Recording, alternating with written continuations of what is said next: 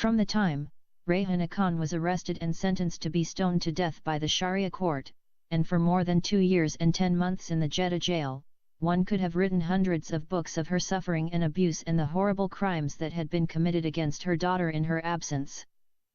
She lost half of her weight and beauty. She lost interest in everything. She concluded that even her daughter had believed the false charges and disowned her.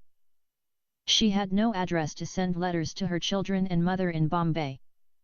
She beheld hundreds of horrifying dreams and visions.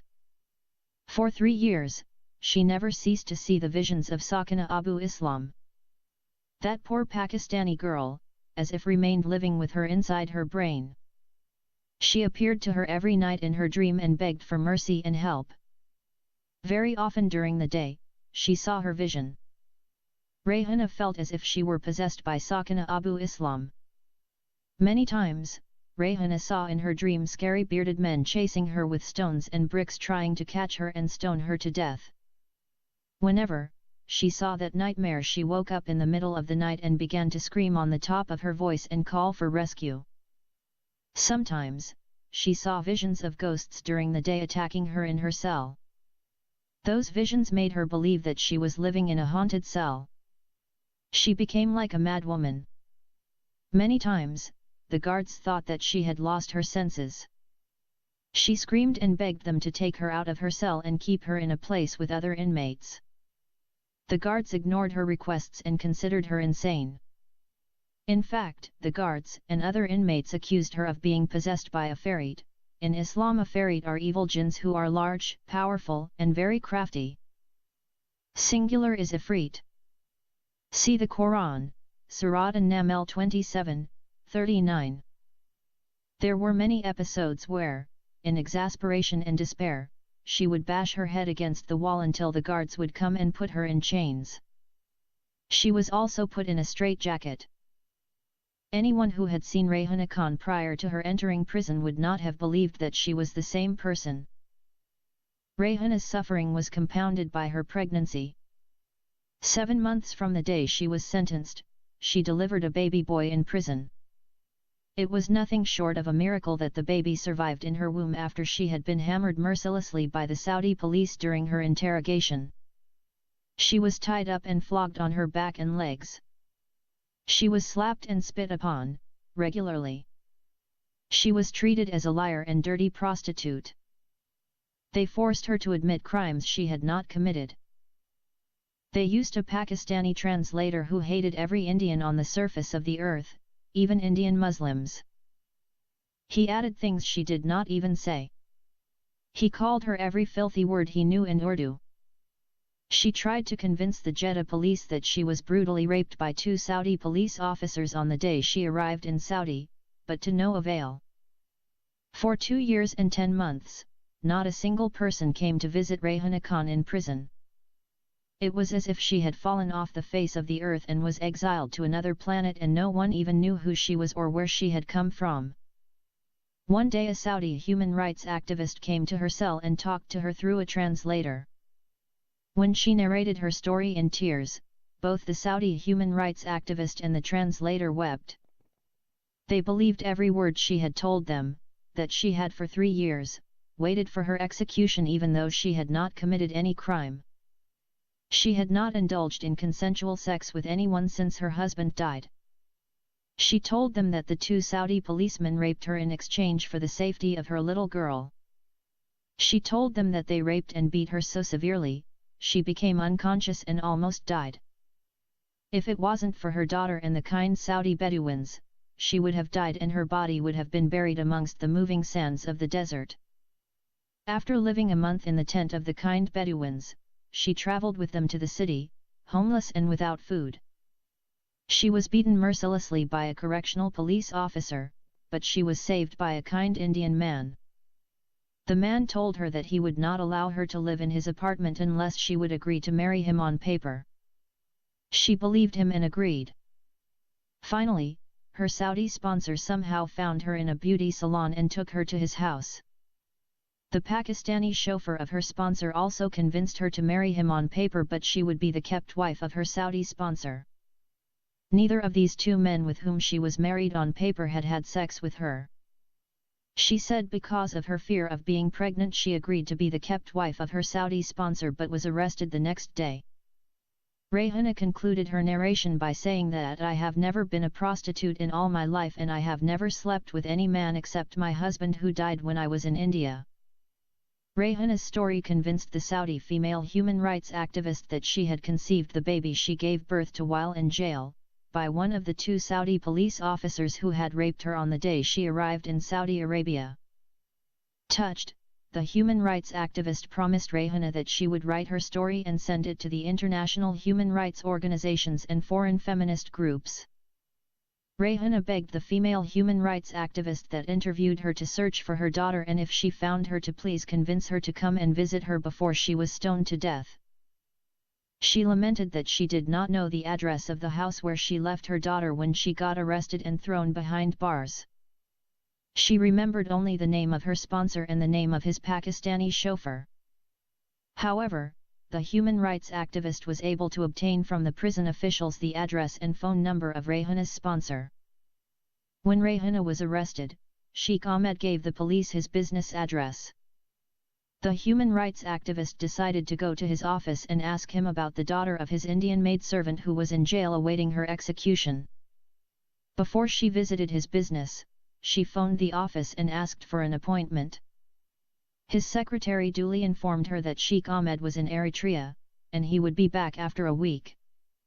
The human rights activist who interviewed Rayhana Khan was known as Shama Abdul Bari. She was born to a Saudi father and an American mother. Her father studied in America.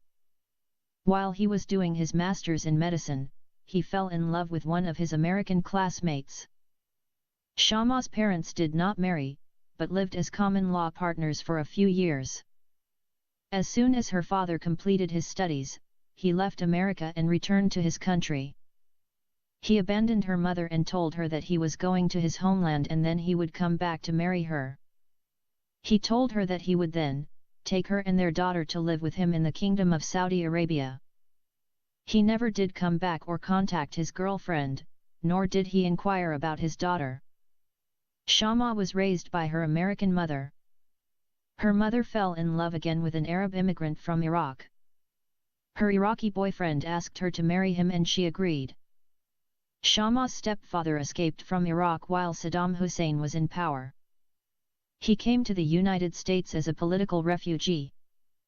After the fall of Saddam's regime and the occupation of Iraq, her stepfather convinced her mother to go with him to his country. Shama did not go with her mother and stepfather to Iraq.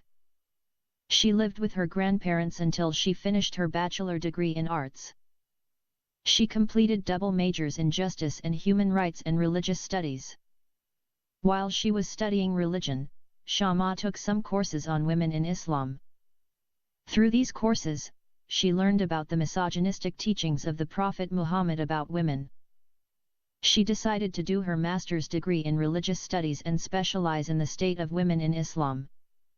She chose for her fieldwork, the Kingdom of Saudi Arabia, for two specific reasons. Firstly, women in Saudi Arabia are treated like chattels, or personal property, and imprisoned in their houses as dangerous creatures.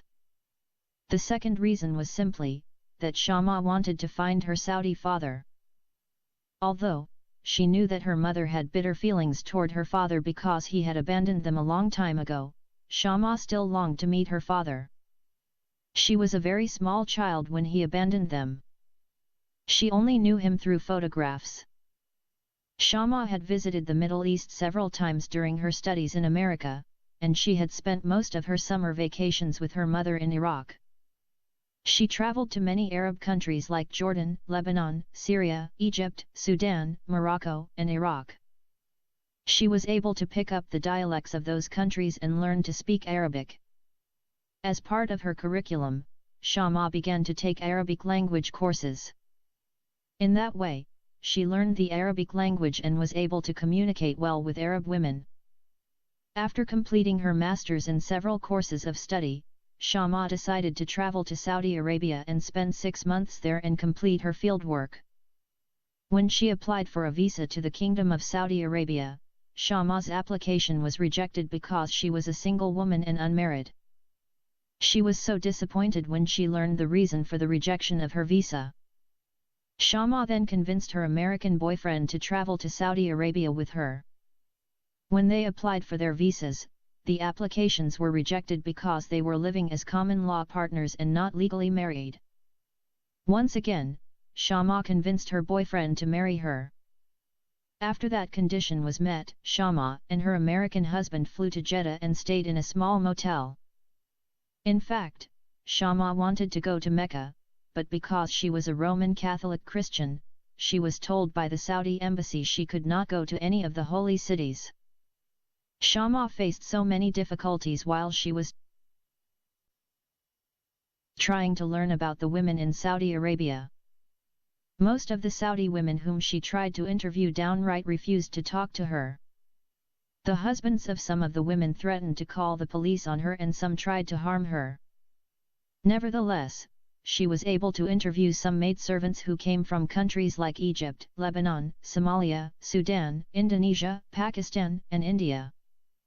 After spending 3 months without gaining sufficient information and data, Shama discovered that the Jeddah women's prison was allowing foreign journalists and reporters to interview the female inmates.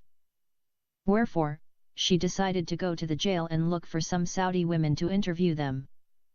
When she reached the women's jail, she was told that she could talk only with the condemned female prisoners. She was not allowed to meet or talk with any inmate who was awaiting trial. This made no sense to her, but she was told that she might change the course of the trial by supplying information to the suspect.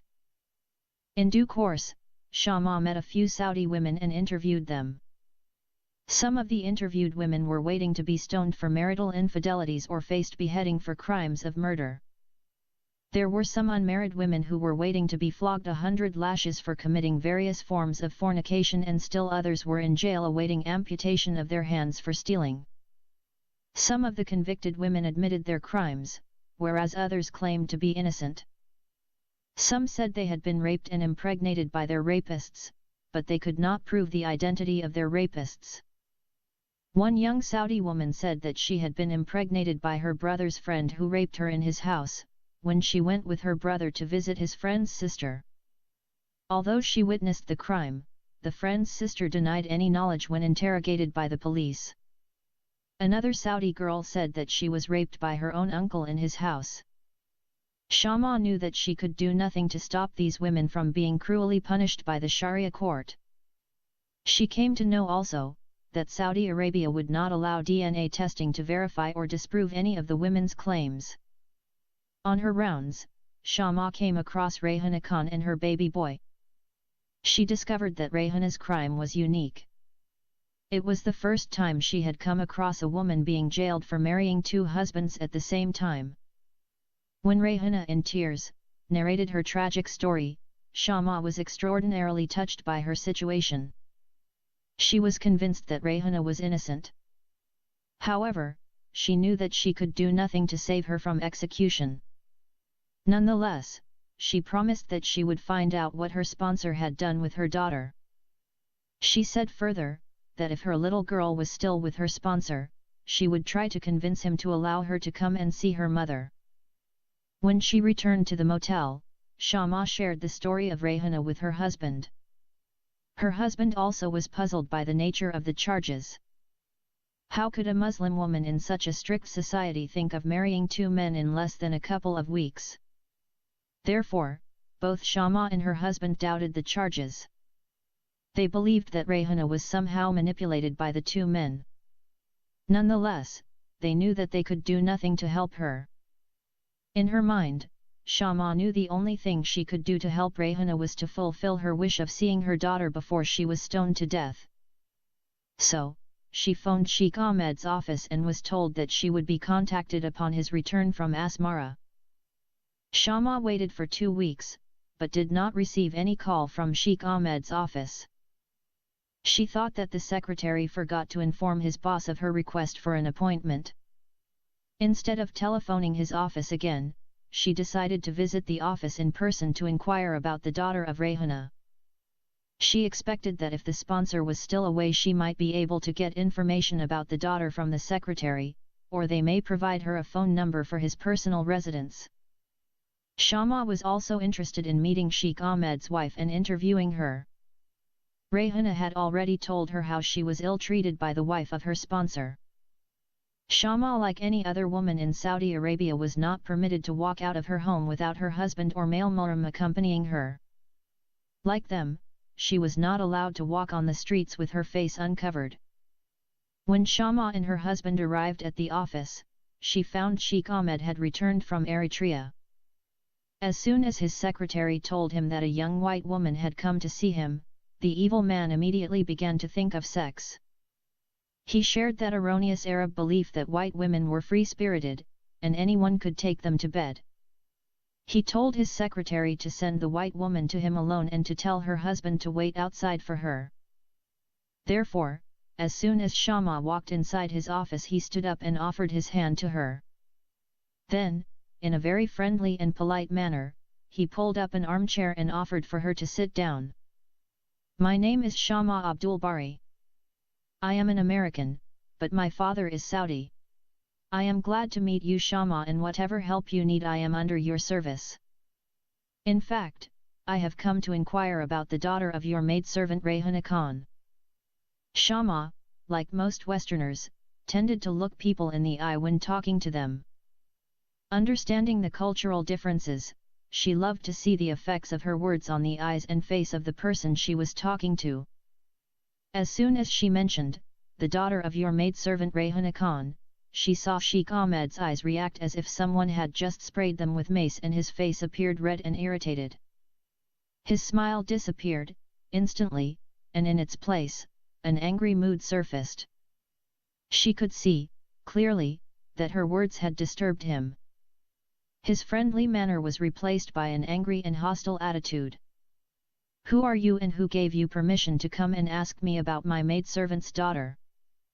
"The mother of Ifat Khan requested me to inquire about her daughter.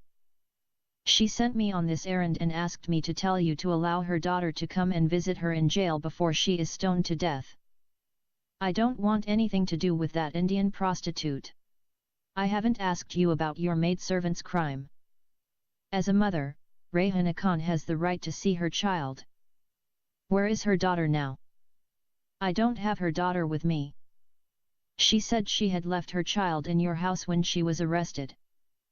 "That means her mother left her daughter under your care and custody. I have sent her daughter a long time ago to her relatives in India. How could you send a 7-year-old child to India without the permission of her mother? Who are you to question me on what I did 3 years ago? I have told you that Rayhana Khan has given me permission to locate the whereabouts of her daughter. At least tell me how the little girl returned to India." No airlines would allow a 7-year-old girl to fly without an adult accompanying her. "I had sent her to Bombay along with my Pakistani chauffeur." "In that case I would like to meet your Pakistani chauffeur and talk to him." "Why do you want to meet him and what do you want to ask him about?" It was already clear to Shama that Sheikh Ahmed was lying to her. Her woman's intuition told her that the old Arab man was hiding the daughter somewhere and doing something evil to her. Wherefore, she decided not to leave his office until she got something concrete about Ifat. "Yes, I must meet him and find out about Rayhana's daughter. He left Saudi Arabia and returned to his country 2 years ago.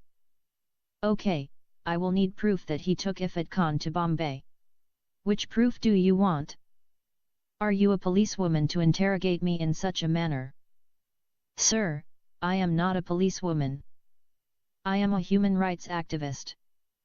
I am inquiring about someone's child.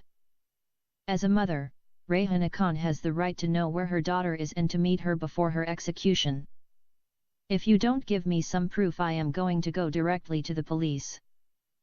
In response to Shama's threat, Sheikh Ahmed touched the speaker on his phone and called in his secretary. He then told him to pull from out the old files, copies of the tickets belonging to Ifat Khan and Sabir Ibrahim Shah, and show them to the white woman. He kept those copies on hand because he expected that someday someone might come knocking on his door asking him about Ifat. Shama followed the secretary and went out with him but came back in less than 10 minutes. The copies of those tickets showed that Ifat and Sabir flew to Asmara via Bombay and Manila. The final destination on the tickets is Eritrea and not India. Yes, the final destination on the tickets is Eritrea, but Ifat's flight ended at Bombay while my chauffeur continued his trip to Asmara. The Indian consulate rejected the application of my chauffeur for a visiting visa because he is a Pakistani. How did Ifat travel from Bombay International Airport to her family's house and who came to receive her? My Indian client Mr. Muhammad Khan came to the airport and received her and took her to her family's house.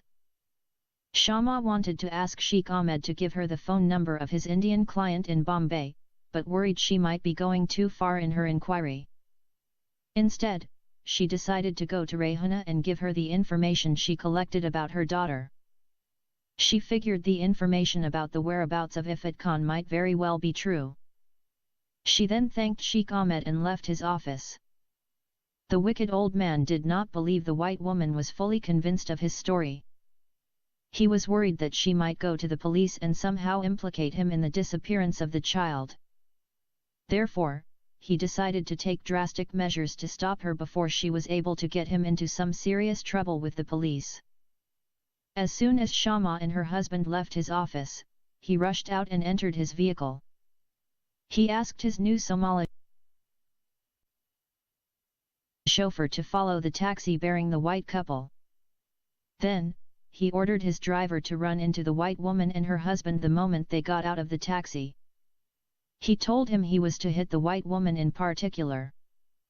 The Somali driver was reluctant to follow the orders of his kafil, but when Sheikh Ahmed wrote him a check for a huge sum of money, gave it to him, and promised to testify in court in his behalf and swear the accident wasn't his fault, he agreed to hit the white woman. When the taxi reached the motel, Shama came out first, but her husband remained inside the taxi to pay the cab fare. Then, he paid the taxi driver and got out. While he was emerging out of the taxi, he saw a Mercedes driving at full speed and hit his wife. Shama's body was flung into the air and landed onto the street. The loud impact of the car and human flesh was impossible to ignore, and every person walking along the street stopped and looked. Shama's husband could not believe his eyes. When he saw what had befallen his wife, it was clear to him that the Mercedes targeted his wife and hit her with the intention to kill her. He took his pen and jotted down the number of the Mercedes and then ran to his wife. He saw blood everywhere. She was lying on her back, motionless, and the burqa came out of her head and her face and hair became visible. Her husband began to scream and call for help.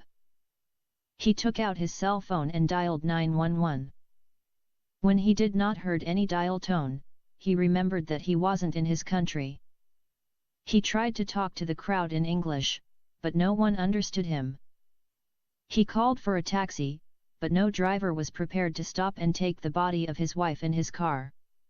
Everyone was scared to come near the body of the white woman. After a long wait, a police car came, followed by an ambulance.